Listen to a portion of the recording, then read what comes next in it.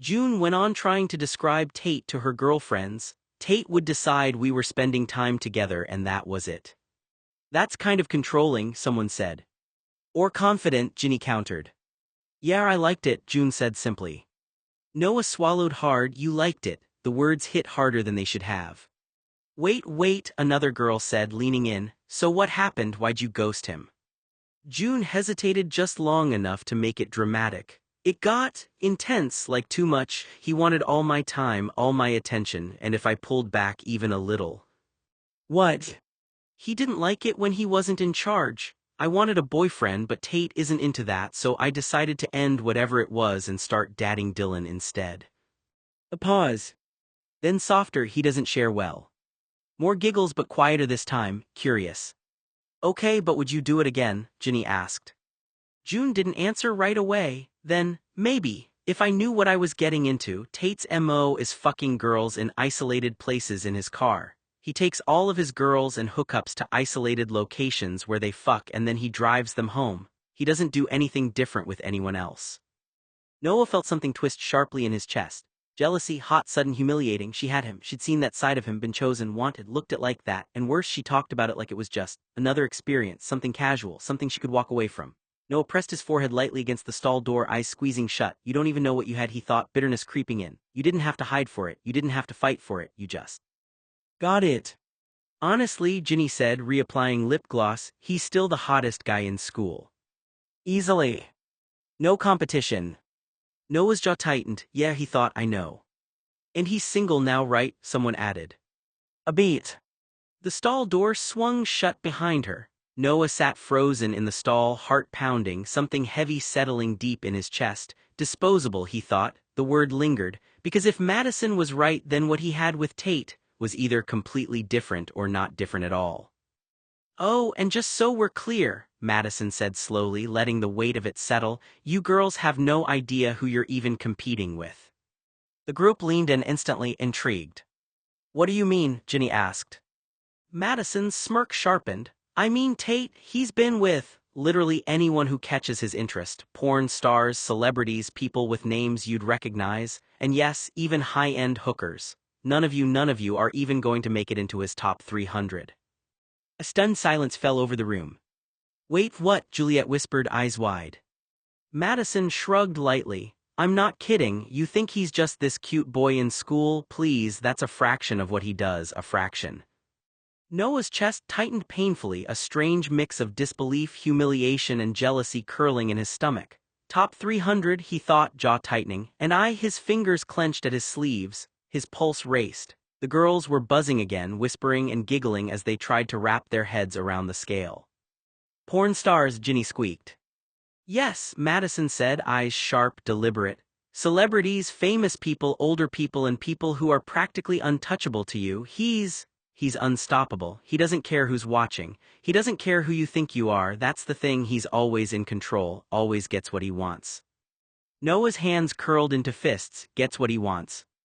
And if you think he's gentle or romantic with everyone, Madison continued, smirking faintly, he isn't. He uses people, throws them aside when he's done, and never lets anyone overstay their welcome. That's why I stayed awake paying attention so I'd know what I was getting into.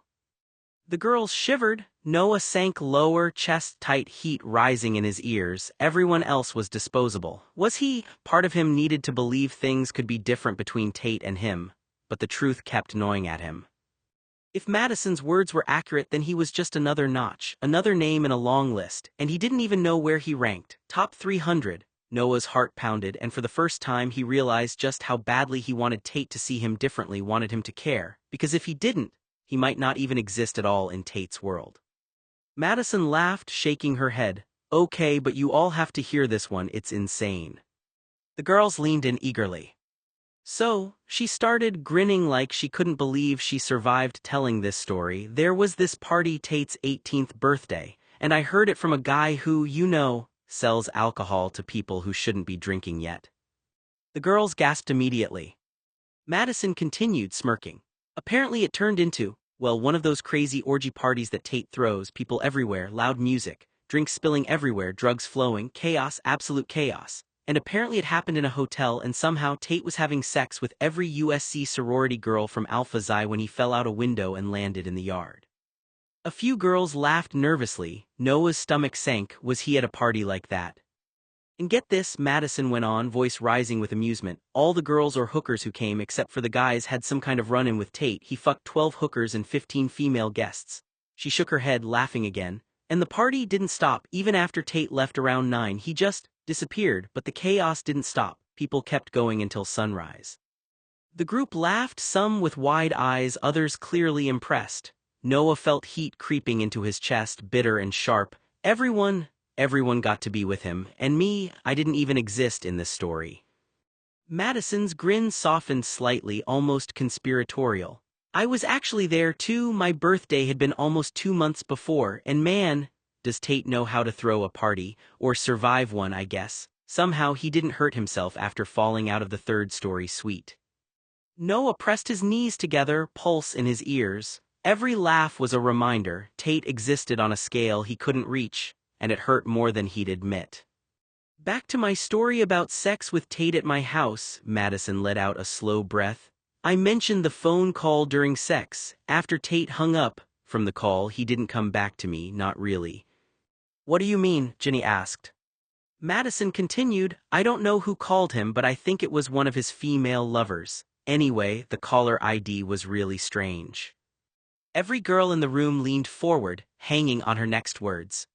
It wasn't even a person's name, Madison said. The screen just read, definitely not Noah. A wave of confused murmurs spread through the room. I tried to get him to move, but Tate didn't answer, Madison continued quietly. He just stared off into space at the peach-colored walls of my bedroom. It was like he wasn't even there anymore. She paused before adding, that's when I called his mother to come pick him up. He really didn't look very good. His face had gone completely pale, and I was honestly worried something was wrong. He just sat there, Madison said, like completely gone somewhere else, staring at the wall. For how long? Someone asked. Madison gave a small, humorless laugh, long enough that I stopped waiting for him to say anything. The room stayed quiet. That's actually kind of creepy, one girl whispered. Or sad, another added. June didn't say anything this time. Madison leaned back, eyes wide with admiration. And get this, he graduated with a 4 GPA. Do you know how he got straight A's? The girls shook their heads, murmuring. By performing oral on all the teachers and the principal. He fucked the faculty and the janitor, which helped him avoid a dozen suspensions, Madison said, voice dropping slightly, careful but amused. All of the oral reports, sex and fucking, they ate it up. And he got 3 letters of recommendation from teachers to get into Princeton, all of it, because he knew how to use his charm, dick, and mouth. Noah's fingers curled tight. Charm, a bitter knot twisted in his chest. He felt it deep in his bones, and I thought I mattered, that any of it was real. He pressed his hands against his knees, jaw tightening, the story replaying in his mind, sharp and bitter. This isn't just someone wild, he thought. This is someone untouchable, someone who could manipulate anyone, anywhere, and still come out on top. And me, I'm just me. Noah sank lower into the stall, pulse racing, stomach twisted, a mix of awe and jealousy burning hotter than he wanted to admit. And I'm supposed to care about him, supposed to want him. The thought echoed in his chest, heavy and impossible. The girls gasped, some covering their mouths, others exchanging wide-eyed looks. Madison giggled. Tate has lovers all over town, she said with a shrug. At any given time, he probably has a dozen women chasing him. When things end with one, he just moves on to the next. That's just how Tate is. The girls exchanged wide-eyed glances, soaking up every word. I figured the call had to be from one of them, Madison added. I never imagined it would affect him the way it did. Wait, what? Ginny exclaimed. I think his older lover is a female teacher at school, Madison added, shrugging casually like it was the most normal thing in the world. June's eyes narrowed. No way, that's insane. Insane, another girl whispered, half laughing. That's kind of genius. Madison laughed softly. Genius is one way to put it. At least now we know why he gets straight A's. She tilted her head, eyes gleaming. Tate doesn't just study, he does things to correct his scores. The bathroom erupted into a mix of whispers, giggles, and gasps. Whoa, Ginny said, covering her mouth in shock. You mean like bribing? Not exactly, Madison replied, smirking wider. More like hands-on tutoring, very hands-on. June's eyebrows shot up. Oh my God, that's so scandalous. Scandalous, that's putting it lightly, Madison said. It's also why no one can touch his grades, no one can beat him, not even people who actually try. One girl whispered, so every A he gets is earned, Madison said, a smirk curling on her lips. Exactly in the way you're imagining. Tate plays the game differently. He doesn't cheat with paper, he cheats the system. Physically, socially, intimately, he manipulates it all so nothing can stop him. Ginny shivered. That's kind of terrifying. Terrifying, brilliant, untouchable, Madison said, leaning forward. That's Tate. The girls giggled nervously, their whispers bouncing off the bathroom walls. Madison shook her head, still laughing lightly at the memory. Okay, so after all that, things went completely sideways. The girls leaned in closer, hanging on every word. Tate had a full-blown panic attack, like totally lost it. I don't even know how he got through it, honestly, but I called his mom and she came to pick him up, took him straight home, and after that, he didn't talk to me again. Noah felt a pang of something sharp in his chest. He didn't talk to her again. Madison continued, voice dropping just a little, almost conspiratorial. I actually went to his house later. I tried to figure out what had happened, see if maybe he was okay, knocked on the door, and this blonde-haired nerdy teen answered. Noah's heart thumped painfully. Noah told me Tate wasn't there, Madison smirked faintly, shaking her head. Then Tate's dad comes out of nowhere and just tells me to get the fuck off his property, and yeah, I've never been back. The group of girls gasped and giggled nervously, like the story was wild, absurd, and terrifying all at once. Noah pressed his knees together under the stall, fists curling in his lap. He didn't even warn her, didn't even say anything, and his dad told her off. Heat and jealousy twisted in his stomach, sharp and sour. That could have been me, he thought, a bitter knot forming in his chest, knocking on his door, seeing him, but Noah swallowed hard. He pressed his forehead against the cool metal of the stall door. I can't even go there. Madison leaned back, finishing her story with a faint laugh. Yeah, that's how Tate handles things, messy, chaotic, and nobody's ever in control but him. Noah clenched his fists tighter. Nobody but him.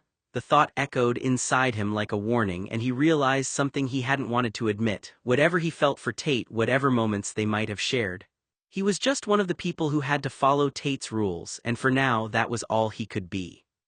Whatever you think it is, she said, her tone calmer now, more grounded, it's not something you're going to step into. Ginny looked at her. What does that mean? Madison met her eyes. It means don't build it up into something you think you can have, she said, because you won't. The room stilled slightly. That sounds dramatic, Ginny said, though softer now. It's not, Madison replied, it's realistic. June crossed her arms. So what you're saying he's taken? Madison shook her head. No, I'm saying he doesn't work like that. Then how does he work? Ginny asked. Madison hesitated, then said it plainly. He doesn't date. A few girls exchanged looks. Like at all, someone asked. At all, Madison confirmed. No girlfriends, no labels, no staying. Then what's the point? Ginny said. Madison gave a small, almost humorless smile. That's kind of it. What? He doesn't look at it like something that's supposed to last, she said, more like temporary. Temporary, June repeated. Madison nodded. Yeah, experiences, not attachments. The word attachments lingered. That's cold, one girl muttered. It's honest, Madison said again. Ginny frowned. So he just uses people. Madison didn't flinch this time. Yes, I'm saying, she replied carefully, that if you go into it thinking you're going to be different, you're setting yourself up to be disappointed. Silence then. Wait, someone murmured. So, Noah, he's just in all this too. Madison shrugged faintly. He's different. He's the one Tate can't replace. Doesn't matter how many teachers, rumors, or manipulations Tate has around him, Noah always counts differently. Madison shook her head, smirking as she leaned back. Okay, so here's one that blew my mind even more. The girls leaned in immediately, eyes wide. My cousin Viola heard this, Madison said, voice dropping conspiratorially. Apparently, Tate went through all the girls at USC trying to find the best one. specifically to help Noah lose his virginity on his 18th birthday. The room gasped. Noah's stomach twisted, his heart hammering painfully in his chest. He did what? Madison continued, smirking faintly. Yeah, he literally evaluated everyone like some checklist. Tate found the best ride in town and told the cheerleader to come to Noah's party. The girl named Tiffany he picked for the party told her to be nice to the birthday boy. You know, like make it fun, keep him happy. Tate told her to do any sex, position, kink, fantasy, or whim Noah wanted. Tate said the blonde rascal deserved all of his dreams to come true while he lost his virginity. The girls leaned closer, whispers bubbling around the bathroom. Madison shook her head again. And here's the kicker, she went around the party bragging that Noah didn't even really do anything with her. They made out Noah didn't get hard and that's it. Then Noah left the room. Noah's fists clenched in his lap, pulse racing, heat spreading through his chest. Tate treated me like some project, like I was a game or an assignment. Madison's eyes glinted. Honestly, that's so Tate. Everything he does is orchestrated. He decides who, what, and when, even if he pretends to care. People are just pieces in his little plan, and once it's done, forget it. Noah swallowed hard, jaw tight, chest nodding. Pieces in his plan, that's me. The girls giggled nervously, caught between fascination and disbelief. Madison leaned back, smirking. And seriously, that girl, she bragged about it for weeks. Everyone thought they knew what happened with Noah. He left, didn't play along, didn't get caught up in it. Noah told Tate he fucked her until a jock at Noah's party immediately told Tate the cheerleader didn't get lucky. Tate was mad Noah lied, then fucked Emily on Noah's bed as revenge to get over it. Noah's chest burned. He set me up. He planned my first fuck like a show, and I didn't even get to matter. His hands tightened into fists. His mind raced, bitter, jealous, frustrated, but beneath it all, a strange ache. And I still care about him. Tate fucked Emily to deal with my lies, and Tate never said a word. The thought hit him hard, leaving a raw, uneasy heat in his stomach as Madison laughed lightly, oblivious to the storm she'd stirred inside him.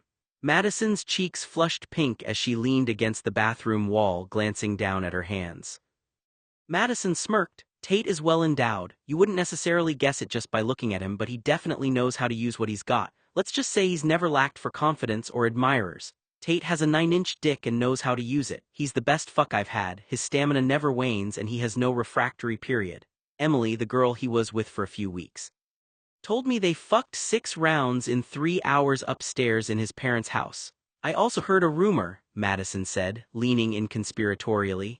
Emily supposedly told someone that Tate didn't even like her. According to the gossip, he only kept dating her because it got under Noah's skin. All the girls were envious and giggled. Madison shrugged. People said Noah had finally started paying attention to someone else, a blonde girl named Maya, and Tate couldn't stand it. Noah wasn't giving him the same attention anymore, so everyone assumed Tate was trying to get a reaction by staying with Emily. Whether any of it was true, nobody really knew, but the rumor spread fast. I drove to Tate's house on Christmas, she said, her voice soft, to give him a present, and I met the most attractive guy I've ever seen in my life. The girls immediately leaned in. Who? Ginny asked, eyes wide. Madison's lips curled into a little smile. Joseph Blue. Wait, Joseph Blue, June said, her eyebrows shooting up. The one everyone talks about. Madison nodded, blushing harder. Yeah, Tate actually looks exactly like him. I mean, it hit me instantly. Sharp features, same jawline, the same effortless, everything, and Tate calls him Uncle Joey. Ginny's jaw dropped. Uncle Joey at Tate's house. Madison laughed softly, shaking her head. Yeah, his clothes, his presence, his sex appeal. I almost melted right there on the porch. Honestly, if I were 18, I'd have slept with him immediately. He's just that perfect. Wait, he's Tate's uncle, one girl whispered, incredulous. That's insane. Madison nodded. Yeah, Joey is Tate's favorite uncle. I fucked both guys. That family, especially the men. They won the genetic lottery. Gorgeous, rich, confident. The kind of guy everyone notices immediately. And he smiled at you? Ginny asked. Madison's cheeks warmed even more. Yeah, he smiled at me like I was actually attractive. I didn't know how to handle it. He's a total playboy rich guy and everything about him screams danger, charm, and trouble all at once. June let out a low whistle. Wow, no wonder Tate's whole family is legendary. If Uncle Joey's like that, it explains so much about Tate. Madison nodded, biting her lip. Exactly, the looks, the confidence. The power. Tate's charm is so similar to Joey's, and compared to the family genes he came from, wow. And Uncle Joey, God, he could walk into any room and just everyone notices, including Tate, especially me.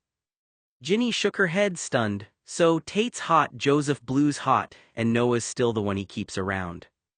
Madison smiled faintly, almost knowingly. Exactly, that's what makes Noah untouchable, permanent. No matter the family, the uncles, the gossip, or the playboys, Noah's always the one who counts differently. Inside the stall, Noah felt his stomach twist, a mix of something like jealousy, awe, and that familiar, heavier feeling. Madison's cheeks flushed again, and she grinned at the memory. When I was at Tate's house around Christmas, Joseph actually mouthed at me, "When are you 18?" she said, laughing softly. The girls immediately burst into giggles, whispering and nudging each other. "No way," Ginny exclaimed. "I said January," Madison continued, her smile widening, and he winked at me winked, totally unapologetic. June covered her mouth, trying to stifle her laughter. "Oh my God, he's terrible."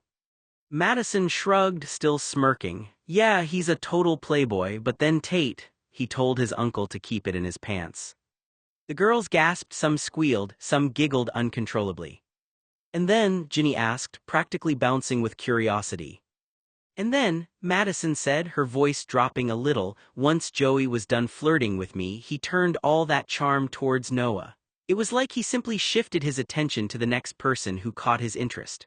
While Joey flirted with Noah, Tate possessively wrapped his arms around Noah." The words made a few of the girls freeze, whispering to each other. "Wait, Noah," one girl whispered. Madison nodded. "Yep," like he was reminding everyone exactly who mattered. Uncle Joey could flirt all he wanted, but Noah was the one constant in Tate's life, untouchable, untouched, protected. June smirked, shaking her head. "Wow, so even the family playboy, he can't touch Noah." "Exactly," Madison said, smiling faintly. "Noah's the one Tate keeps close no matter what. Everyone else is replaceable, everyone else is just noise." June smirked, leaning against the bathroom counter. "Your birthday, Madison, was weeks ago. Did you and Joey?" Madison smiled faintly, cheeks warm. "Yeah, we did it." The girls gasped, whispering and nudging each other, practically vibrating with excitement. "Details, come on, spill everything," Ginny squealed. Madison leaned back, smirking. "Okay, Joey's 10 years older than me. We went for a drive first, just around town, then we ended up at an abandoned commercial building. That's where everything happened, in his red pickup truck." The whispers grew louder. "Oh my God, alone," one girl gasped. Madison nodded, a teasing smile playing on her lips. "Totally alone, intense, exciting, unforgettable. He's confident, gorgeous, and knows exactly how to make a moment feel electric." The girl squealed and whispered furiously. "Was Joseph impressive?" Ginny asked, eyes wide. Madison blushed faintly. "Let's just say, he definitely lived up to the rumors, experienced, confident, and he knew exactly how to keep my attention the whole time." "How long?" June pressed, smirking. "Did it last?" Madison laughed softly, shaking her head. "Long enough to be memorable, that's all anyone needs to know." The girls exchanged shocked, giggling glances. "Oh my God," one whispered, "Joey is insane." "Tell us everything," the girls demanded. "Tate was the best lay of my life, but Joseph was a close second," Madison giggled. "I'll start from the very beginning and tell you what happened in graphic detail, girls." The red pickup truck hunkered in the shadowy expanse of the abandoned commercial building, its faded crimson paint blending with the rust-streaked walls around it. Faint echoes of dripping water and settling dust filled the air, but inside the pickup the atmosphere pulsed with raw, primal energy. Uncle Joey, the 28-year-old playboy with a body honed from physical exercise, broad shoulders, thick arms veined like ropes, lounged in the driver's seat, his pants kicked off. He was a sex stud through and through, craving the rough edge where pleasure met pain, and Madison was the perfect outlet for his hunger. Madison, the sultry 18-year-old cheerleader, was sitting in a red pickup truck hunkered in the shadowy expanse of the abandoned commercial building, its faded blue paint blending with the rust-streaked walls around it. Faint echoes of dripping water and settling dust filled the air, but inside the truck the atmosphere pulsed with raw, primal energy. Madison perched on his lap in reverse, her cheer uniform in disarray, skirt bunched at her waist, top yanked up to bare her heaving breasts. She was every inch the eager whore, her reputation for taking any length that caught her eye preceding her like a badge of honor. Blonde locks cascaded down to her back and her ripe hips glistened with anticipation, lips swollen and ready. It was her birthday and she ditched the tame party for this illicit thrill, whispering promises of filth in Joey's ear before they slipped away. Madison climbed onto Joey's lap as he gripped the barely legal woman by the hips, holding her stationary. Scene retracted, read extended version on Wattpad. Back in the girls' bathroom at school, the girls giggled wishing Madison's experience was their own. Wow Madison, June sighed, older guys are so hot. A girl whispered from the corner of the bathroom, shaking her head. Isn't it weird? Tate cares more about the feelings of a blonde boy he's known since they were 4 than, messing around with any of us. The others paused, processing the words. Yeah, Ginny muttered, frowning, like he literally ignores all the girls and all the attention he could get, and it's him and Noah all the time. Ginny's eyes practically sparkled with curiosity. So, who was better? She asked, leaning closer, practically bouncing on her heels. Madison laughed softly, shrugging. Honestly, there wasn't a single difference between Joey and Tate. The girls blinked, whispering to each other, exchanging shocked glances. Wait, really? Ginny asked, leaning forward. Joey's older, right? More illicit. Madison nodded. Yeah, he's older, more daring, and he definitely has experience. But Tate, I think Tate has even more experience than Joey does, and technique, honestly, a bit better. Tate can last longer, I don't know why, it just feels better. There's something about him that's different, but really, if you're just listening to gossip, you couldn't tell a difference. They're both memorable. June smirked, tilting her head. So Joey's fun, exciting, and dangerous, but Tate's something else entirely. Exactly, Madison said, laughing softly. Joey's thrilling, confident, everything you'd expect from a rich playboy, but Tate, he's in a league of his own, precise, intuitive, and somehow permanent. With him it just feels right. The girls whispered, giggling, nudging each other. Wow, one murmured, no wonder everyone talks about him. So, should Tate be giving Uncle Joey tips? She whispered, grinning, because you just said Tate is better. Madison laughed, covering her mouth. Maybe, she said, shaking her head, maybe. I wonder how Tate got to be that good. The girls erupted into giggles, whispering and nudging each other, eyes wide with excitement. Oh my God, he's been with everyone in Los Angeles, right? Someone whispered. Pretty much, another agreed, rolling her eyes dramatically. The only people he hasn't been with are guys, and the stupid blonde bed warmer in his bedroom. The group nearly collapsed into laughter at that, covering their mouths and whispering furiously. Is Noah bed warmer? Ginny asked, frowning. Madison nodded, smirking faintly. Yeah, Noah, the only person Tate can't treat like replaceable. Everyone else is just noise, but Noah, permanent, untouchable. No one else matters as he does. June shook her head, still grinning. That's insane, so while he's been with almost everyone, it's him, the bed warmer. Madison nodded again, laughing softly. Exactly, everyone else is just background, the gossip, the rumors, the rich playboys, even his own family, they're all replaceable. But Noah, he counts differently. Madison smirked, leaning against the bathroom wall, her voice low and teasing. Actually, she said, glancing around at the nearest girls, I asked Tate the first time we got close about Noah what he is and why he's always around. A girl to the left of the sinks gasped softly, eyes wide. Wait, what did he say? Madison tilted her head, grinning. Tate said, Noah is convenient, easy. He has this little infatuation with Tate, so it's simple for Tate to get what he wants without Noah even asking for anything in return. The whispers started immediately, a ripple of astonishment moving through the room. Wait, what? Ginny whispered, covering her mouth. So he's just a bed warmer. Madison nodded faintly, smirking. Pretty much, Tate's had him around since he was 4, useful, convenient, a body, nothing more. He doesn't love him and he doesn't respect him as a person, he's just there. Oh my God, June murmured, shaking her head, a mischievous smile tugging at her lips. So all that time Noah's been around, he's just useful. Exactly, Madison said, shrugging lightly.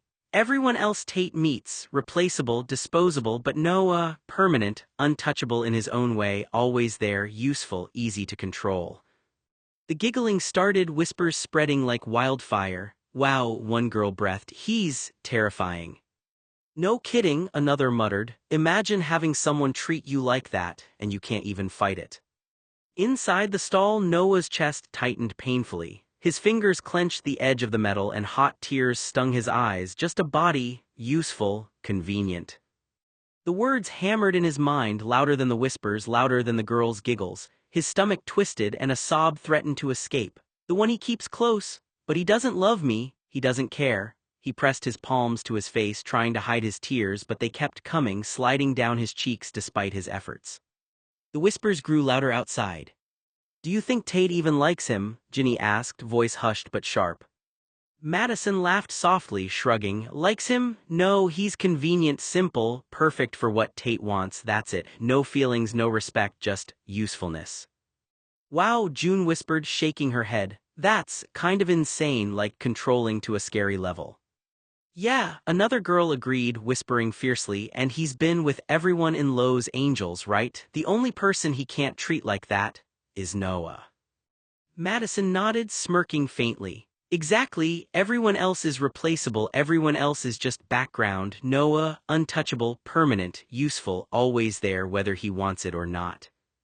Noah bit his lip, stifling a sob, the metal edge cutting into his palm. "Permanent, untouchable, useful, and yet, somehow, I'm the one he keeps close, always me." He could hear the whispers, the giggles, the teasing speculations. The girls were talking about him, about Tate, about how unshakable Tate seemed. "Isn't it weird to fuck the nephew and uncle at the same time?" Ginny said. Madison smirked. "I would have fucked Tate's dad too if he offered, because the Blues are that good, ladies."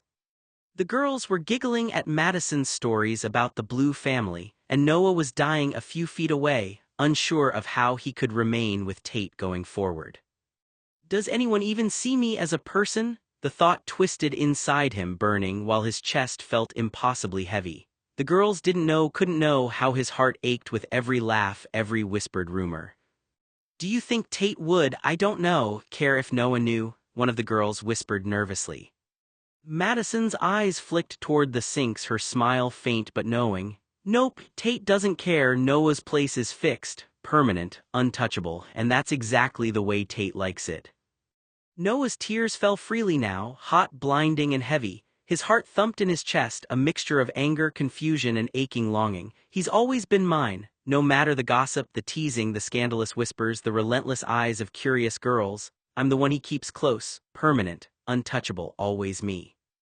"Yeah," June said, "but good luck. If he wants you, you'll know, and if he doesn't," she shrugged, "you don't exist. The times Tate drove me to a secluded spot in town where we parked in his car are some of my best memories." Silence lingered for just a second before the chatter picked back up. Noah stayed frozen in the stall, heart pounding, something heavy settling deep in his chest. "If he wants you, you'll know." His breath came a little uneven, because Tate wanted him, just not the way Noah did, and somehow, that didn't feel simple at all. "So," Ginny said, lowering her voice just enough to make it more dramatic, "what was Tate like, really?" The girls leaned in, a ripple of excitement passing between them. June rolled her eyes but smiled anyway, clearly enjoying the attention. "You guys are so obvious." "Just answer," Juliet pressed. "You can't drop all that and not tell us anything." June hesitated, then shrugged lightly. "He's a lot, like, intense. You don't really get a break from him once he's focused on you." A chorus of oohs and giggles followed. "Stuff I said once and forgot." "He didn't forget." Noah's chest tightened. "Of course he didn't," he thought bitterly. "That's what he does." "Oh my God, yes," another girl chimed in. "He does that stare thing, it's kind of scary." "Not scary," Ginny corrected quickly. "Hot." Laughter rippled again. Noah's fingers curled tighter into his sleeves. "Hot," he repeated silently, something sour twisting in his chest. June continued, clearly enjoying herself now. "He was sweet too, though, like, weirdly attentive. He'd show up with stuff or just decide we were spending time together and that was it. I always got the feeling that Tate was trying to make someone jealous and that's why he hung around me." "That's kind of controlling," someone said. "Or confident," Ginny countered. Yeah, I liked it, June said simply. Noah swallowed hard. You liked it. The words hit harder than they should have. More giggles but quieter this time, curious. And he's single now, right? Someone added. A beat. Yeah, June said, but good luck. If he wants you, you'll know, and if he doesn't, she shrugged, you don't exist. Silence lingered for just a second before the chatter picked back up.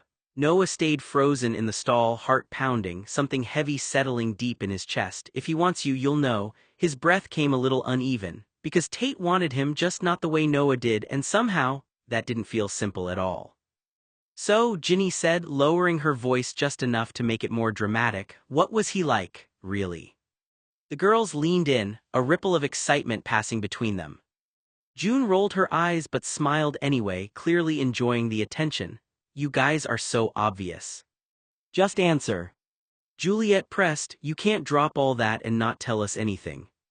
June hesitated, then shrugged lightly. He's a lot like intense. You don't really get a break from him once he's focused on you.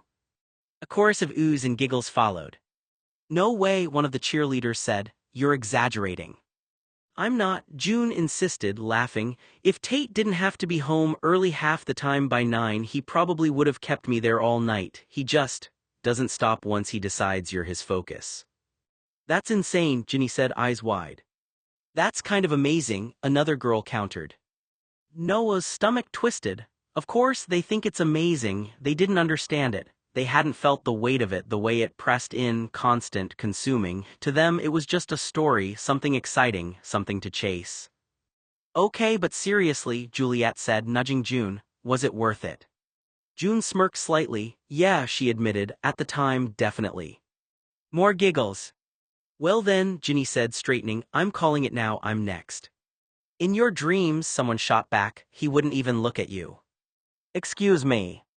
The group erupted into playful arguing, shoving each other lightly, already turning Tate into some kind of prize to compete over. Noah's fingers tightened against his sleeves. They're joking about it, he thought, something hot and sharp settling in his chest, like it's a game. They didn't see what he saw. They didn't hear the way Tate said his name. They didn't feel the way his presence filled a room or a space or a person until there was nothing else left. Ginny watched her closely, so you don't actually know any of it. Madison shook her head once, not firsthand, nobody here really does. A pause stretched between them.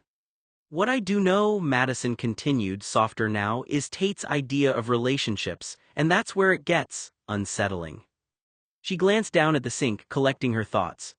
He's never described a relationship like it's balanced, not once. Every version he talks about, every story, every example, it's either control, distance, or someone getting replaced.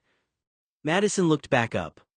I don't think Tate's seen what an equal partnership or healthy relationship looks like, at least not one he believes in strongly. The bathroom hummed quietly again, the earlier gossip finally thinning out into something more uncomfortable and uncertain than exciting. Madison hesitated for a moment, like she was deciding whether this detail actually proved anything, or just complicated everything further. The only time I've ever really seen Tate lose his composure, she said, was back when he was about 17. She glanced up at the other girls. Some jock at a party made a public joke, something stupid about his father and Noah's mom. The bathroom seemed to tighten around the memory. Madison exhaled, Tate snapped like instantly, he hit the jokester very hard. Ginny blinked, over a joke. Yeah, Madison said quietly, and he said not to talk about things like that. She paused, then added more carefully, that's the thing, people assume he doesn't care about anything or anyone, but when it comes to certain topics, Noah especially, he reacts differently. She looked down at her hands. It doesn't really match the way he talks about women in general, or relationships. It's like, there are exceptions in his head even if he won't admit it. A beat.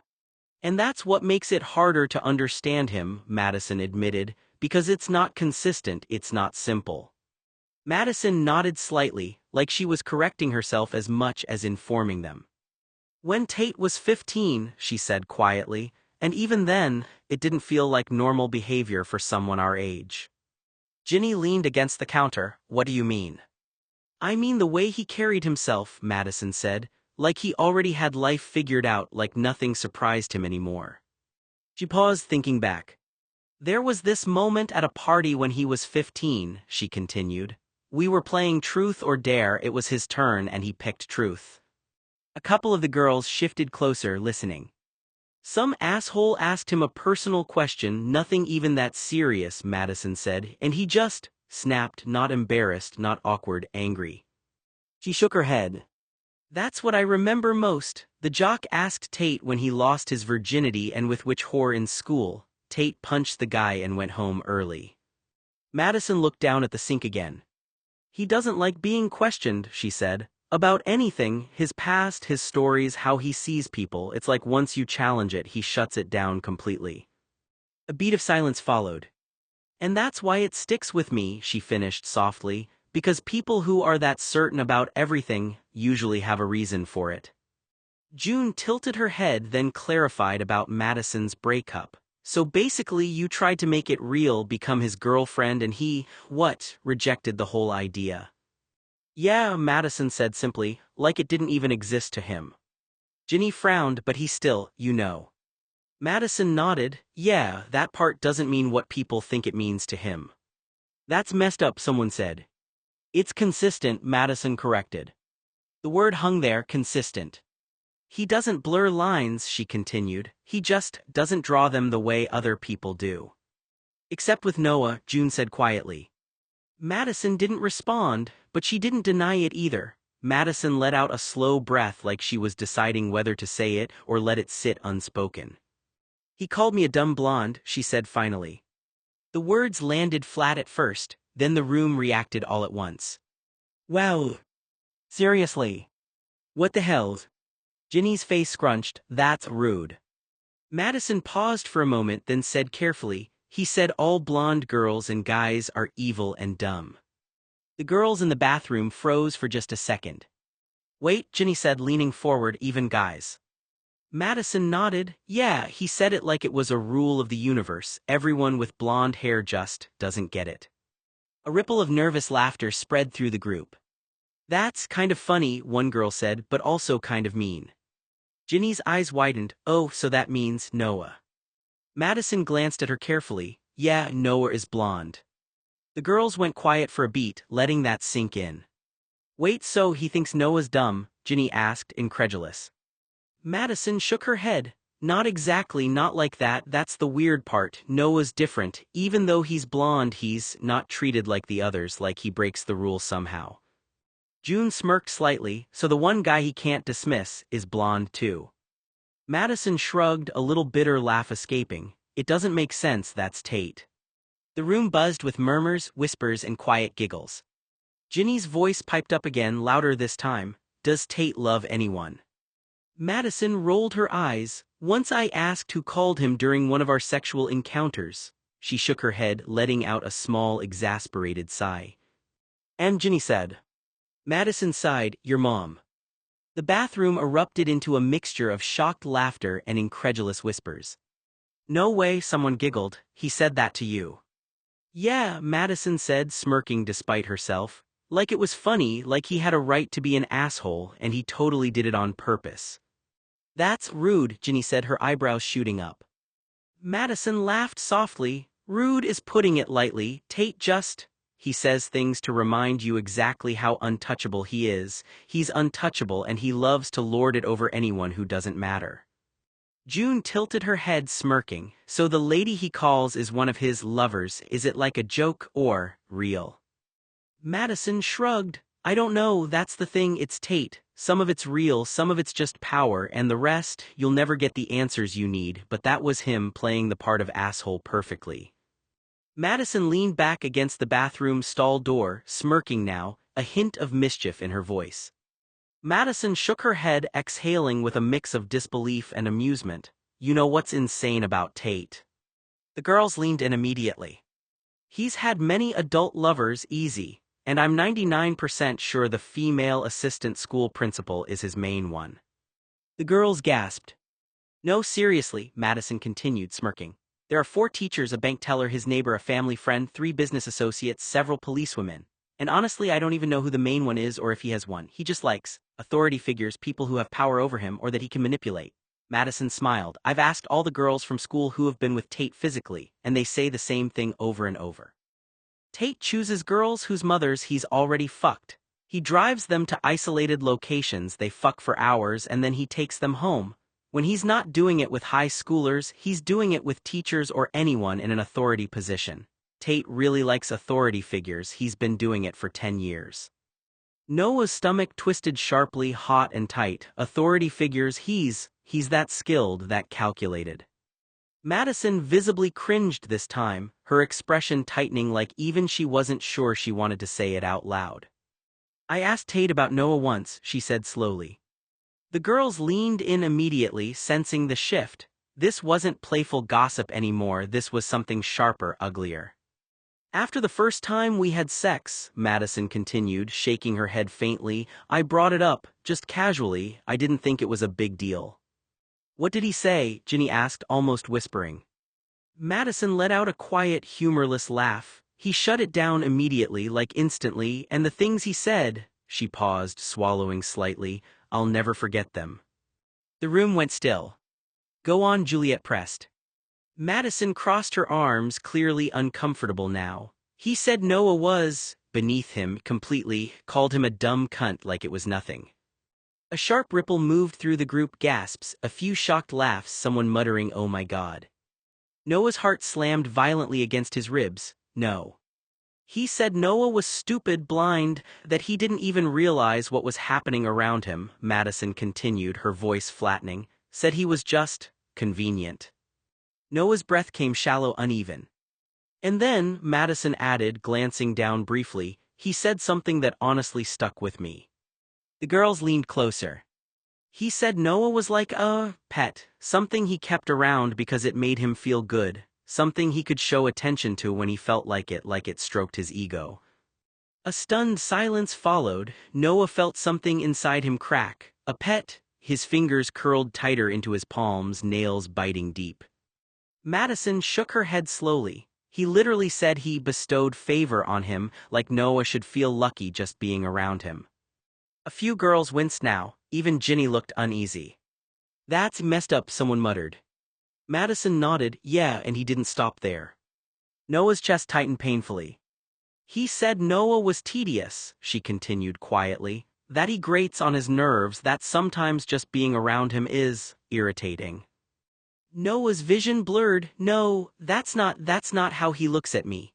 But the memory of Tate's frustration, his sharp tone, the way he sometimes snapped, those moments crept back now, louder than before.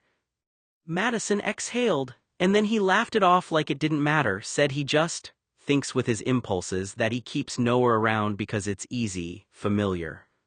The words hung heavy in the air. Noah felt like he couldn't breathe. Easy, familiar, that's all I am.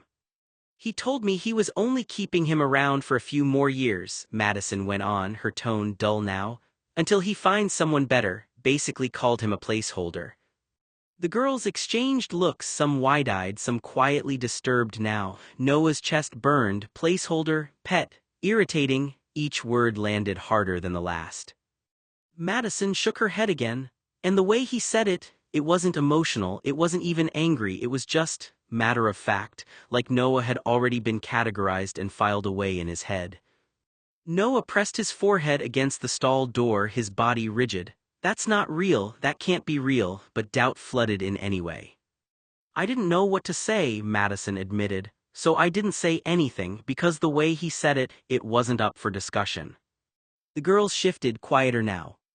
And if you don't believe me, she added, ask Molly or Sherry, they've heard it too. The way he talks about Noah when he's not around, it's not how you talk about someone you care about or even respect. Noah's stomach twisted violently. They all know, everyone knows but me. And the worst part, Madison said softly, Noah doesn't even realize it. He thinks Tate sees him as a friend or something equal. A few girls winced again. Madison shook her head. Tate doesn't see anyone as equal, not even his own family, so Noah. She didn't finish, she didn't have to. Noah felt like he was shrinking into nothing, heat flooding his face, humiliation suffocating him from the inside out. I thought I mattered. Every moment, every glance, every word, every touch replayed in his mind, warping under this new version of reality. Was it all fake? Shock hit first, sharp, disorienting, then embarrassment hot and crawling up his neck. And finally, humiliation settled in, deep, crushing, inescapable. I'm the only one who didn't know.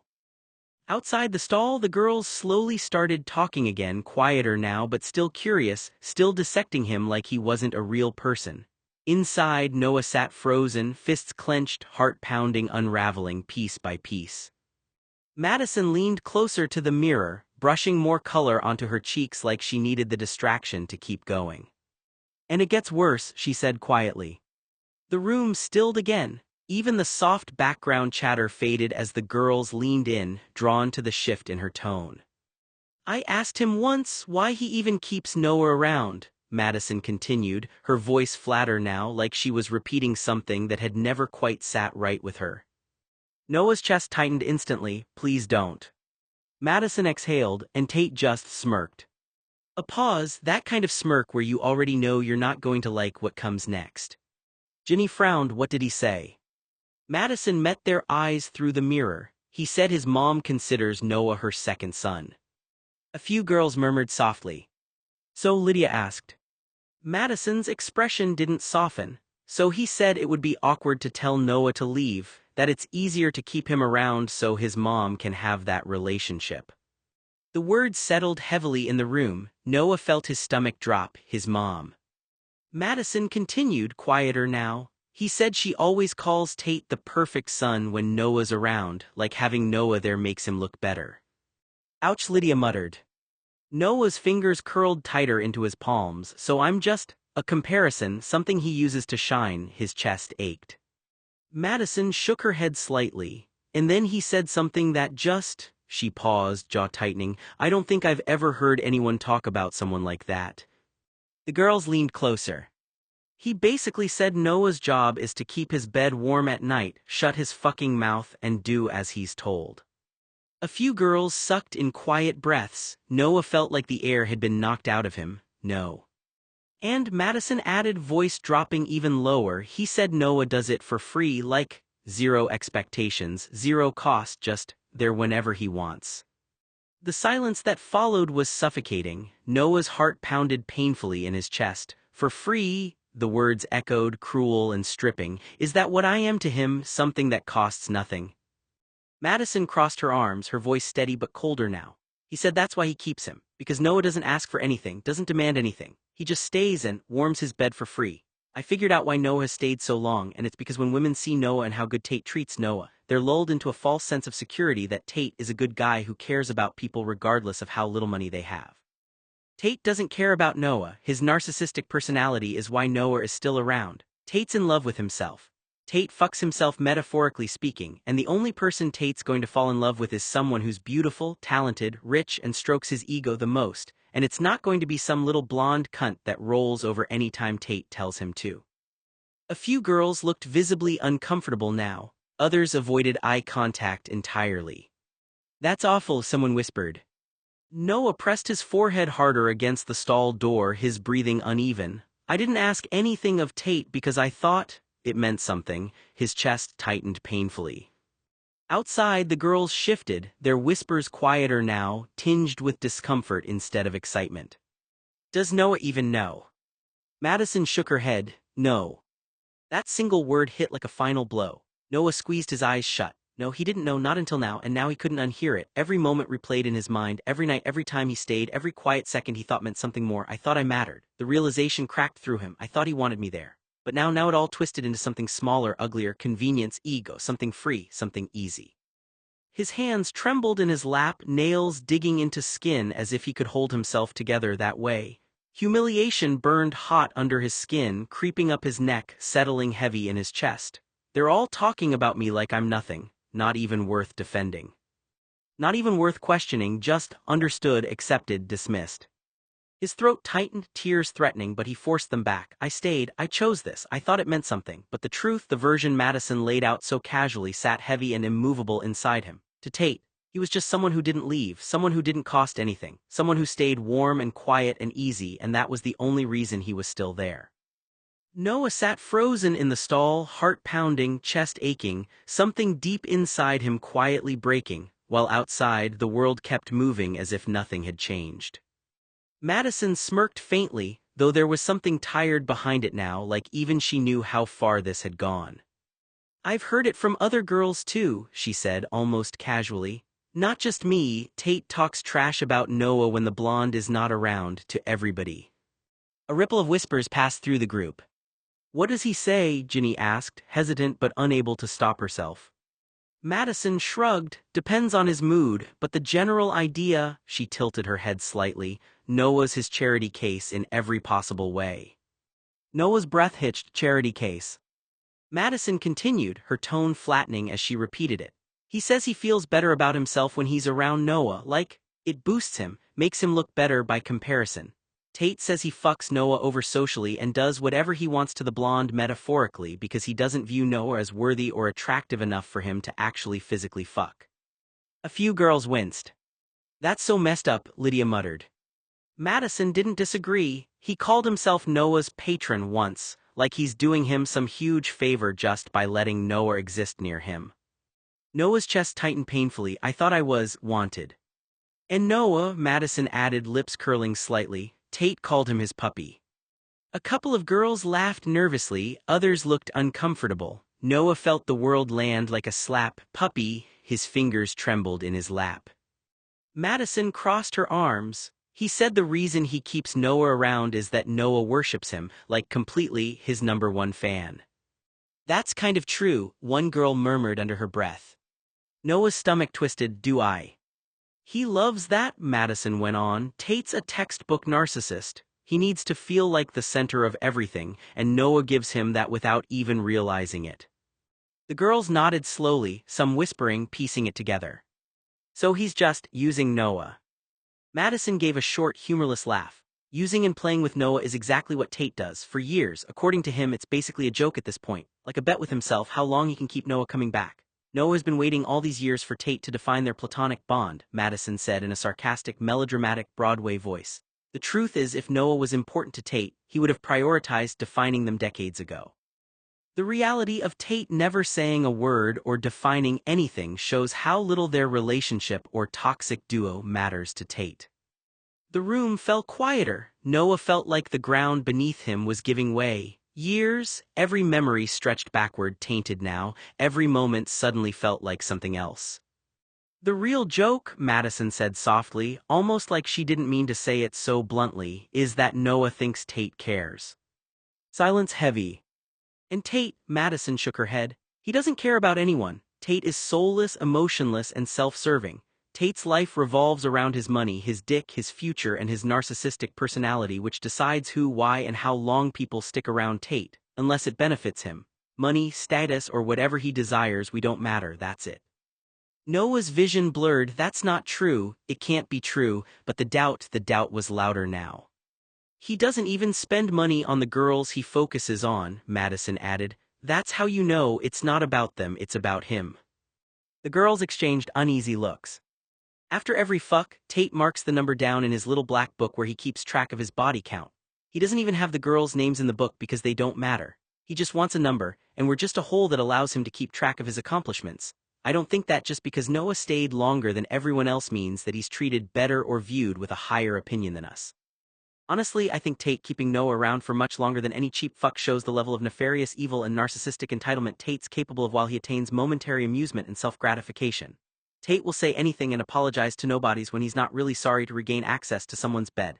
He'll tell you exactly what he thinks you want him to say, but he won't change. And Noah," she continued, "he's just convenient, always there, always loyal. Like a built-in comfort system." Noah's chest ached so sharply it almost hurt to breathe. Madison's voice dropped slightly. "Tate literally said Noah's just his bed warmer, a glorified stupid dog." A few girls went completely quiet. "The only thing Noah doesn't wear," Madison added with a faint, bitter edge, "is a dog collar, and honestly, if Tate pushed hard enough," she shrugged, "he thinks Noah would." A couple of girls laughed, quick, awkward, unsure. "That's not funny," Lydia said softly. But no one really disagreed out loud.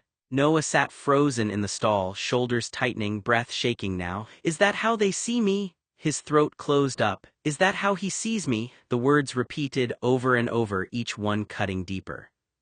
Puppy charity case, fanboy, stalker, bed warmer, placeholder, cunt, nothing, amusement, entertainment, access to a body. His chest hitched, and before he could stop it, tears slipped down his face, silent, hot, humiliating. He pressed his hand over his mouth to keep any sound from escaping. Don't let them hear you. Outside, the girls kept talking, quieter now, but still dissecting him like he wasn't real. I mean, Noah does follow Tate everywhere. Yeah, I've never seen him talk to anyone else. It's kind of sad. It's really sad.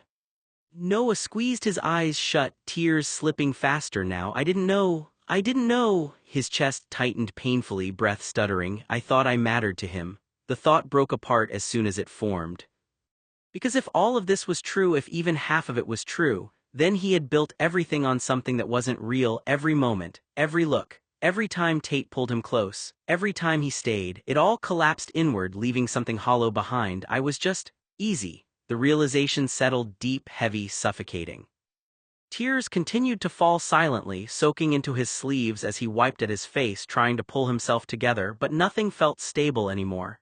I gave him everything. And to Tate, he was nothing more than something that stayed, something that didn't leave, something that didn't cost anything, something easy to keep. Noah sat there, quietly crying in the stall, trying to make himself smaller, quieter, invisible again, but this time it wasn't to avoid the world outside. It was because, for the first time, he felt invisible, like he didn't exist in it at all. The noise around him blurred, voices, laughter, the distant rhythm of the school day, but Noah felt strangely removed from all of it, like he was standing slightly outside his own life. It wasn't one single moment that did it. It was the accumulation. The things he had overheard in passing, the way people looked at him sometimes and smiled in a way that didn't feel kind, the little comments that never quite made sense until they started stacking together, now made sense. Tate had always told him things would be fine. Tate had always said he was different from everyone else. But now Noah wasn't so sure that different meant what he had thought it meant. He replayed conversations in his head, private ones, quiet ones, moments that used to feel safe. And now they felt interpreted. Reframed somewhere else without him present, without his consent, without any chance to correct them. Noah swallowed hard. It wasn't one moment of betrayal. It was something slower than that.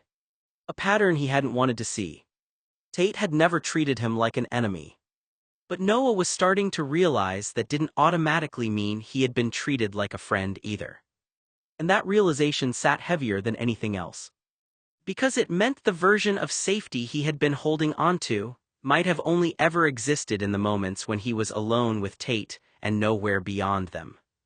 Noah sat with the realization quietly, as if he had moved too fast, it might fall apart or turn out to be something he'd misunderstood. It wasn't one single thing that changed his mind. It was the pattern. Tate's apologies after the conflict, the sudden softness when Noah tried to pull away, the way things always seemed to reset when Noah stayed close again. At first Noah had believed it was care. Now it felt more complicated than that. Like Tate didn't like distance, not because he missed Noah in a meaningful way, but because he didn't like losing something that made his world feel steady. Something familiar, predictable. And Noah was starting to notice how quickly that gentleness faded the moment things went back to normal. Especially when other people were around. Noah's stomach tightened as he replayed it all. The private conversations that felt sincere in the moment, and the public version of Tate that didn't always match them. It made Noah question something he hadn't wanted to question before. Whether he had been understood, or simply kept close because it suited something in Tate's life. And that thought didn't feel dramatic.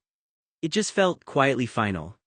Noah really knew now that leaving had been the right decision, not just the Blue family house, not just the social circle that came with it, but Tate himself, especially Tate. Because Tate was good at one thing above everything else, making things feel different when it was just the two of them, softer, easier, almost believable. But Morning didn't care about that version of him. Noah got out of Tate's bed without looking back, reaching for his clothes scattered across the chair and floor. The room felt colder the farther he moved from the mattress, like the warmth had been conditional the whole time. Behind him the bed shifted. Tate's eyes opened slowly, unfocused at first, then sharpening the moment he saw Noah dressing. He pushed himself up on his elbows. "Where are you going?" Tate demanded, voice rough with sleep and something else underneath it, instinct, irritation, and disbelief. Noah paused for half a second, shirt halfway over his head. He pulled it the rest of the way on, taking his time like he refused to be rushed anymore. "Out," Noah said simply. Tate stared at him like the answer didn't compute. "Out where?" Noah finally turned around. Not defensive, not emotional, just done explaining things twice. "Home," he said, "or somewhere that isn't here." Tate's brows pulled together. He sat up a little straighter now, the shift in energy immediate, the room no longer felt casual, no longer soft. "What do you mean by somewhere that isn't here?" Tate asked. Noah grabbed his shoes. "I mean I'm leaving," he said. That landed differently. Tate blinked once like he was waiting for the rest of the sentence. The justification, the argument, the usual cycle where Noah softened it at the end. But it didn't come. For the first time, there was no edge for Tate to push against. No opening to redirect, no familiar emotional turn he could steer back into place. Just space. And Noah stepping out of it. Tate didn't move at first. He just sat there, watching Noah finish getting dressed like he was trying to catch the moment it would stop making sense, as Noah would suddenly laugh, turn around, and fall back into the version of things Tate understood. But it didn't happen. Noah pulled on his shoes, grabbed his phone, and finally straightened up. "I'm going to see Mark," he said. That name shifted something in the room, jealousy, anger, and awareness, new variables Tate hadn't accounted for. Tate frowned. "Mark. My new friend," Noah said evenly. "He said I can crash there for a bit." Silence stretched. Tate leaned back slightly on the bed, jaw tightening as he processed it. "You're really doing this," he said, quieter now. Noah didn't answer that, because there wasn't anything left to negotiate. He picked up his bag from the floor. "I'm not doing this to punish you," Noah said, finally meeting Tate's eyes. "I just can't stay in something that only feels okay when I ignore everything else." Tate's expression flickered, something between frustration and disbelief. "That's not what this is," Tate said automatically, like it was a script he expected to still work. But Noah shook his head once. "It is for me." And then he turned toward the door. Tate watched the space Noah left behind fill with silence that felt unfamiliar, too wide, too permanent. For the first time, there was nothing to interrupt it. I took another step toward the door, fingers curling around the cold brass knob. My chest heaved, heart hammering, but part of me still wanted to leave, to get some space, some distance from this storm of a man in front of me. "I can't. I shouldn't. I need air," I thought, voice tight in my own mind. But then Tate's voice, low and desperate, sliced through the tension. "I love you, Noe. Don't go far away. Don't leave me. Don't leave us. Please," he begged, every word trembling with raw emotion. My breath hitched, heat pooled in my chest, threatening to make me collapse right there. God, he's crying, he's really crying, and it's me, he's me, not anyone else. I stared at him for a long moment, chest tight, throat dry. In my mind, a desperate, unspoken plea. I stood, arms crossed over my chest, feeling a mixture of exhaustion, disbelief, and fierce resolve. Noah's hand paused on the doorknob. For a second, the room went completely still behind him. Tate's voice came out differently than before, less sharp, less controlled, fractured. "Noah, don't you love me anymore?" Noah closed his eyes briefly, like he'd been expecting something like that, and still didn't want to hear it. He didn't turn around right away. "We've known each other a long time," Noah said quietly. "That doesn't mean I have to stay somewhere that isn't healthy for me." Behind him, the bed shifted again. Tate's voice cracked slightly. "So you're just done," like it meant nothing. Noah finally turned halfway, just enough to be seen. "It doesn't mean anything," he said. "That's the problem. It means a lot, and I still have to leave." Tate looked like he didn't know what to do with that answer, like he expected anger, blame, anything that could be argued with. "Not certainty. Not distance." Noah tightened his grip on the doorknob. "I'm not asking you to understand it right now," he added. "I just need you to let me go." A long silence followed. And for once, there was nothing Tate could say that made the room feel like it used to. Tate got out of bed quickly, crossing the space between them before Noah could open the door. "Noah, wait." Before Noah could step away, Tate reached for him, stopping short of blocking the exit but close enough that the air between them tightened. "I'm sorry," Tate said fast, words spilling out now that the silence had broken. "Whatever I did, just tell me, I'll fix it, I'll change it." Noah stayed still. Tate's voice shook slightly, less controlled than before. "You're too important to me to just walk away." "A beat." "I don't know how to do this without you," Tate added, quieter now, "so if it's something I missed, I need you to tell me." Noah looked at him, not angry, not soft either, just steady. "That's the thing," Noah said, "it's not one moment you can fix." Tate swallowed, like that answer didn't fit what he was trying to solve. Noah stepped back just enough to create space again, reclaiming the boundary without pushing or escalating. "I need distance," Noah said clearly, "not promises, not quick fixes." Tate stood there, breathing unevenly, like he was still trying to catch up to the fact that this wasn't something he could negotiate his way out of. Noah's hand went back to the door. "I care about you," he added after a pause, "but I still have to leave." And this time, he didn't wait for permission to do it. Tate stared at Noah, his favorite person, his Noe, who no longer loved him. And worse, Noah was too honest, too real to pretend otherwise. There was no illusion left for Tate to hide inside, no easy lie to soften the truth. It left him exposed, aching in a way he didn't know how to fix. Tate pulled back just enough to look at him, his eyes red, lashes damp, his expression open in a way it had never been before. "I don't," he swallowed hard, voice trembling, "I don't know how to make this right." His hands loosened, uncertain instead of possessive. "Just tell me," Tate sniffled, searching Noah's face for answers. "What would make you happy?" Noah shifted in his lap, Tate's breath hitched, hopeful and terrified. "Tell me," Tate urged softly, almost pleading now, "what can I do to make you happy?" Noah sighed. The sound quiet but heavy with finality, and when he spoke, it was the last thing Tate ever wanted to hear from those soft, familiar lips. "I'm moving out of this house again before breakfast," he said, steady despite the tension in his chest. "My job as a house sitter is my responsibility." He paused just long enough for it to sink in, his eyes not quite meeting Tate's. "Move on, Tate, so I can start living my life." For a second, Tate didn't react at all. It was like the words didn't register, as his mind rejected them outright. His hands stayed where they were on Noah, his body still, his expression blank in a way that was almost unnatural. Then, slowly, the meaning hit. "What?" The word slipped out under his breath, disbelieving as he'd misheard. Tate's grip tightened instinctively, fingers curling into Noah's shirt as if the simple act of holding on could undo what had just been said. "You're leaving?" His voice rose, not loud yet but strained, stretched thin with shock. "Before breakfast, just like that?" His chest rose sharply, breath-catching, and then something darker flickered beneath the shock, something sharp and possessive. "Move on," Tate repeated, the words tasting bitter, like an insult he didn't know how to process. His eyes searched Noah's face, frantic now, looking for hesitation, for doubt, anything that said this wasn't real. "Move on to what, Noah?" His jaw clenched. "To whom?" The question came out harsher than he meant it to, edged with something raw and unmistakable. "Jealousy."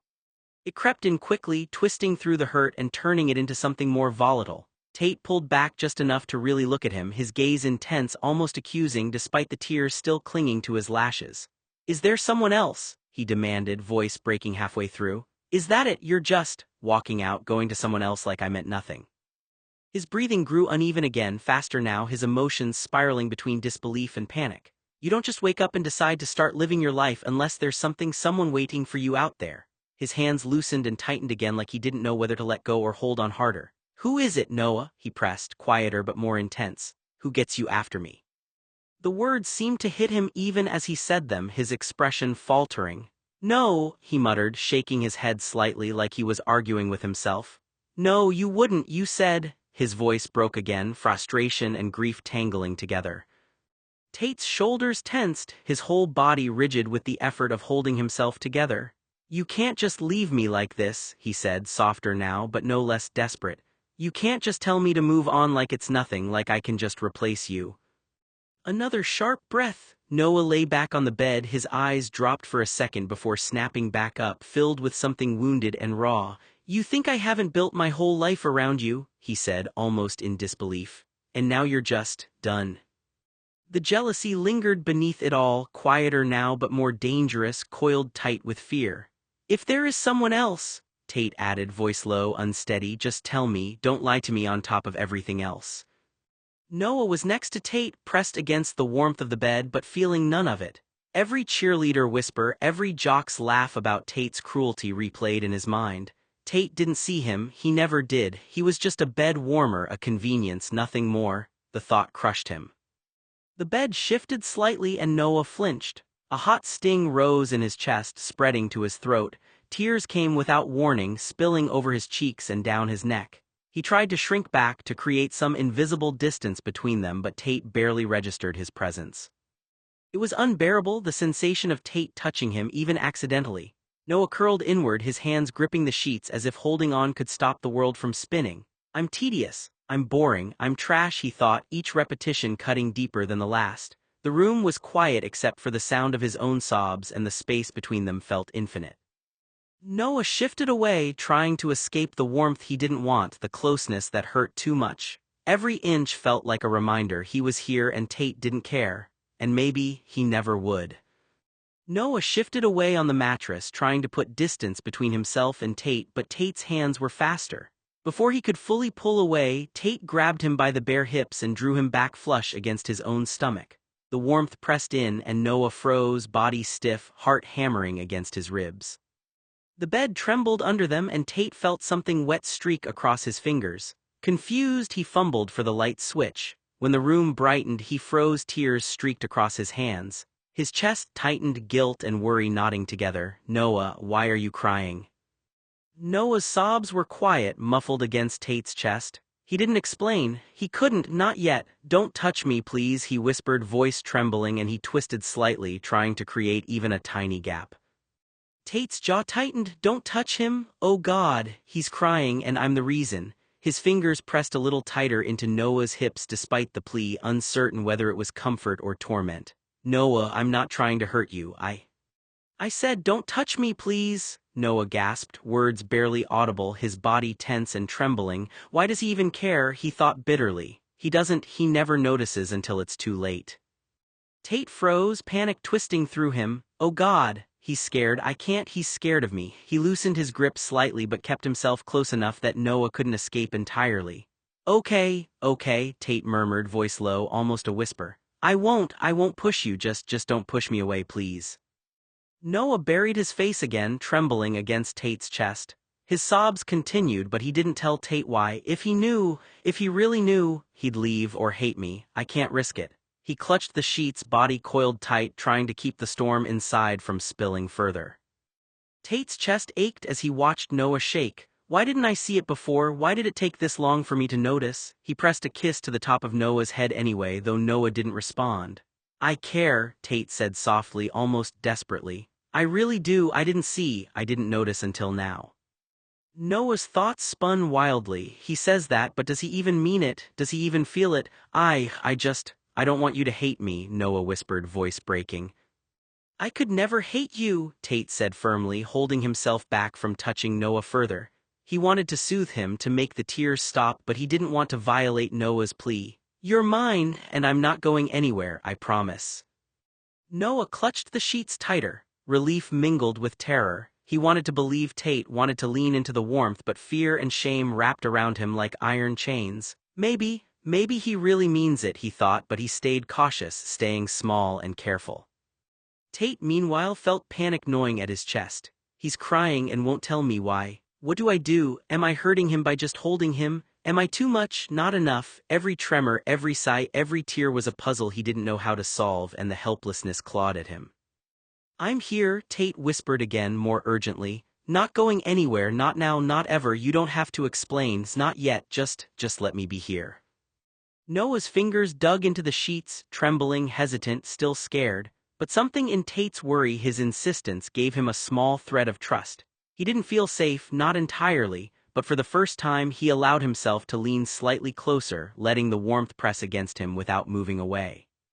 The room was quiet except for their uneven breathing. The bed beneath them still trembled, carrying the weight of unspoken words, of pain, of tentative trust forming in the space between them. Neither boy let go, and in that fragile tension they began to bridge the distance that had been unspoken for far too long. Tate saw it clearly now. His truck, his Noah, was completely undone. He didn't want Tate to touch him, and yet every instinct Tate had screamed to hold him, to keep him close. His heart broke every time Noah cried, every time his face twisted with pain, every time his body seemed to shrink under invisible weight. The sight of him like this, so small, so fragile, made something raw ache in Tate's chest. Without thinking, Tate sat up and pulled Noah onto his lap, pressing him back against his chest.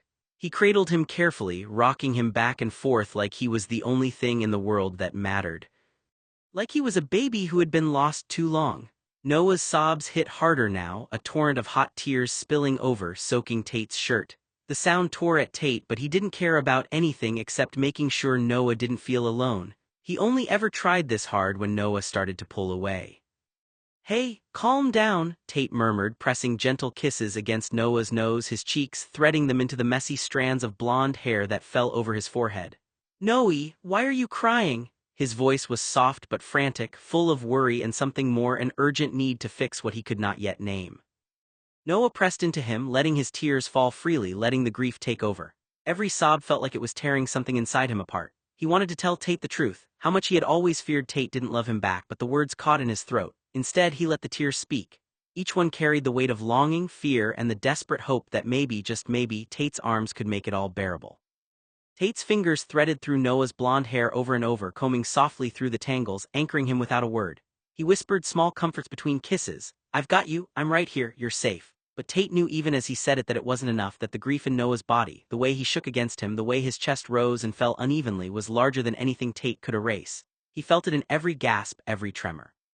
Noah's mind spun in a mix of relief and panic. "He's holding me, he's here, but he doesn't love me as I love him." Each touch, each kiss, each whispered word made the ache in his chest sharper, the grief more piercing. He wanted to pull away even as he clung, torn between craving comfort and fearing that this closeness would only remind him of what he could never have.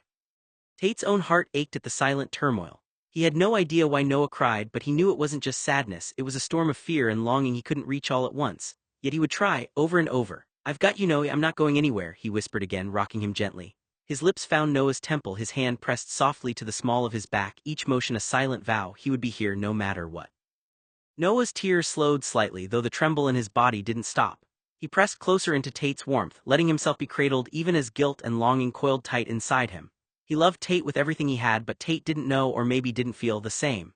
And yet here in this moment, Tate's concern, his worry, and the intimacy of their closeness were enough to keep the worst of the panic at bay. The room was quiet except for Noah's soft, uneven sobs and the sound of Tate's steady heartbeat under his ear. Every motion of Tate's rocking, every thread of his fingers through Noah's hair, every tiny kiss left a trace of comfort, of love, and of unspoken promises. It was messy, it was raw, and it was everything neither of them could fully control. But in that chaos, Noah found a fragile refuge, and Tate found the impossible weight of carrying so much he could barely breathe. Noah pressed his face against Tate's chest, trembling but not moving away this time, his voice quiet, clipped, brittle. "Don't worry yourself, Tate, don't let me impact your sleep," he said, tone cold, resigned, as though repeating a mantra he'd long believed. "I wouldn't want my negative feelings or inconvenient tears to impact the only worthwhile aid I give, the heat I provide your body." The words hit Tate like ice water, sharp and cutting, leaving no doubt what Noah thought of himself or how little he thought he was worth. Tate's stomach twisted painfully. "Noah, that's not true. You're more than that. You're not just warmth, not just convenience. You're everything I care about." But he doesn't believe me, he doesn't even see it yet. Noah let out a sigh, soft but loaded with exhaustion, and added almost bitterly, "If my distress isn't convenient, I can sleep on the floor by the bed, so Master's sleep isn't impacted." His words were precise, deliberate, and Tate felt the weight of each one as though it had been hammered into him. Master's sleep. Noah isn't a dog. Why does Noah think that's all I want from him? That's all he is to me. Tate's hands stilled in his hair, hovering for a moment, unsure if he should touch, unsure if any touch could undo the damage. And then it struck him, the terrible clarity of it. Noah knew. He knew what Tate had said, what he had whispered to the cheerleaders and jocks, those intentional, stupid, cutting words that had spread like wildfire. Words Tate had thought were forgotten, private, just idle conversations, but Noah had pieced it together. Every cruel joke, every offhand comment, every insinuation, every moment Tate had underestimated the impact of his words. Noah had gathered them, digested them, and turned them into this armor of self-loathing pressed against Tate's chest. Oh God, he knows and he thinks it's all true. Tate's chest ached and guilt coiled like iron around his heart. I made him feel worthless, I made him think gives heat only convenience, and now he's telling me to stay away. Tate swallowed hard, trying to steady his voice. Noah, listen to me, he murmured, rocking them gently, careful to respect Noah's trembling body. You're not just warmth, you're not just convenience, you're nothing like that. He pressed a thumb to the side of Noah's cheek, brushing it lightly over damp skin, hopping to reach him without overwhelming him. You matter to me, you've always mattered to me. Noah flinched, trembling, but he didn't pull away. His voice was soft, almost broken. It is true, isn't it? That's all I'm good for, Tate. Nothing else, not love, not loyalty, nothing. I know what you told them, I know what everyone thinks because of you. His gaze was downcast, fixed on the mattress as though looking at Tate directly might shatter him entirely. Every word was weighted with resignation, shame, and a deep, almost unbearable self-hatred. Noah swung his legs off the edge of Tate's bed, grabbing a pillow and blanket with shaking hands. Every instinct screamed to escape, to retreat to the spare room and make himself small, invisible, untouchable. I just want to be away from him. I never want him to touch me again, not after what they said, after Emily, after the cheerleaders. His chest tightened as he carried the pillow, heart hammering, each step weighted with fear and shame. Before he could even reach the door, Tate's hand shot out and gripped his bare hip. The contact made Noah gasp sharply, breath catching in his throat, panic flaring hotter than anything he'd felt in weeks. No, stop, please, just let me go. His mind screamed, but his body froze under the strength pressing against him. Tate pulled him back onto the bed, and suddenly all of Noah's careful planning, all of his defenses, were gone. He was trapped.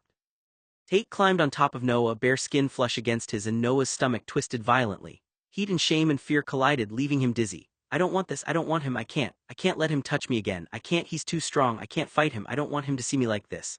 Every thought was a coil of panic, but his body responded anyway, betraying the terror in his mind with an unwilling, trembling warmth. He struggled, hands pushing, legs kicking weakly, trying to find any leverage, any escape. Stop, just stop, I hate this, I hate him touching me, I don't want this, he shouldn't, he can't. But Tate's strength pinned him down, firm and unyielding, and Noah felt helpless, trapped beneath someone who should have been the boy he could trust the most. Tate leaned close, lips brushing his ear, whispering words that cut through the panic in a different way. Stop, Tate, please, I can't handle this. But then Tate whispered again, I love you, Noe. Noah's heart lurched violently, a paradoxical ache twisting his chest. He loves me, is he saying it? But how can that be true? He hurt me, he lied about me, he told them things, he said cruel things. How can he love me now? Every whisper sank into him like a knife wrapped in silk, confusing, overwhelming, impossible to reconcile with the shame he carried. He pressed his hands weakly against Tate's chest, half in resistance, half in desperate, panicked need. I shouldn't feel this, I shouldn't want him to stop holding me, I shouldn't, oh God, I can't think straight, I just want him off. And yet every brush of skin, every whisper, every heartbeat pressed against his own sent sparks of longing he couldn't name, couldn't allow himself to admit. Noah's mind raced in chaotic loops. I hate him, I love him, I want him to stop. I want him here, I can't. The words tore themselves silently across his chest, his stomach, through his shaking limbs. He pressed his face into the mattress, willing himself invisible, trying to make his body small and inaccessible, even as his blood betrayed him with heat he couldn't control. The whispered words, I love you, echoed inside him, and he wanted to scream. He wanted to push Tate off, to vanish into the corner of the room, to disappear from himself and from Tate. And yet every nerve ending screamed in a confusing mixture of fear, desire, grief, and need. Why do I feel this way? Why does it hurt so much? Why does it feel so good? Why can't I stop thinking about him touching me? Noah's chest heaved, every thought and panic-stricken emotion fighting to escape, trapped in a body that was responding against his will. I'm so messed up. I can't let him. I can't let him know, I can't. But even as his mind spiraled, he couldn't stop the trembling heat running through him, the undeniable reality that Tate's presence, strength, and whispered confession had thrown his carefully constructed walls into ruin. Tate's voice was low, steady, almost gentle, though it carried the weight of something Noah didn't expect. I forgive you, Noah. Noah froze, confusion crashing through him. Forgive me? Wait, shouldn't he be apologizing? He should be sorry for all the things he said, all the rumors he spread, all the whispers he let everyone believe. His mind spun, heart hammering against his ribs. Wait, what? Tate, shouldn't you be the one saying sorry, you? Tate shook his head, brushing a hand through Noah's damp blonde hair, the motion both tender and grounding. Noah, no, listen, I'm not asking you to forgive me for saying those things, he murmured, voice low, almost pained. I forgive you for believing them so easily, for letting the lies I spread, let them convince you weren't enough, that you weren't worthy. Noah's thoughts stopped mid-scream. He forgives me for believing him, for letting his lies hurt me. Wait, what? That doesn't make sense. He hurt me all those years. He's the one who lied. His chest ached, a confusing mixture of disbelief, shame, and something raw and unnameable twisting inside him.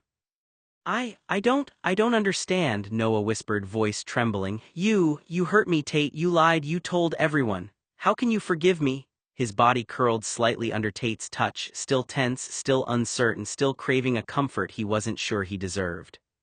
Tate leaned closer, pressing a gentle kiss to the crown of Noah's head, murmuring, "Because you believed me, because you let the world convince you of something that wasn't true about yourself. That hurt me too, seeing you carry it. I forgive you for doubting yourself, for letting those lies take hold of you. You're stronger than you realize, Noah, you always have been." Noah's thoughts spun again, chaotic and conflicted. Stronger than I realize, I believed every word. I hated myself because of him, and now he's saying it's my fault I hurt. He's forgiving me. The words tangled in his chest, threatening to bring tears again. I should feel relief, I should feel comforted, but I feel stunned, confused, and something else, something dangerous longing.